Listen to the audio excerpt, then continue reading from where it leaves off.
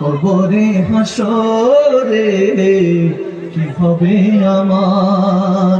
আল্লাহ তোমার দয়া বুঝেছি বহুদিন পর। ভেবেছি দুনিয়া কত যে আপন, আসলে দুনিয়াটাই পর। আল্লাহ তোমার দয়া বুঝেছি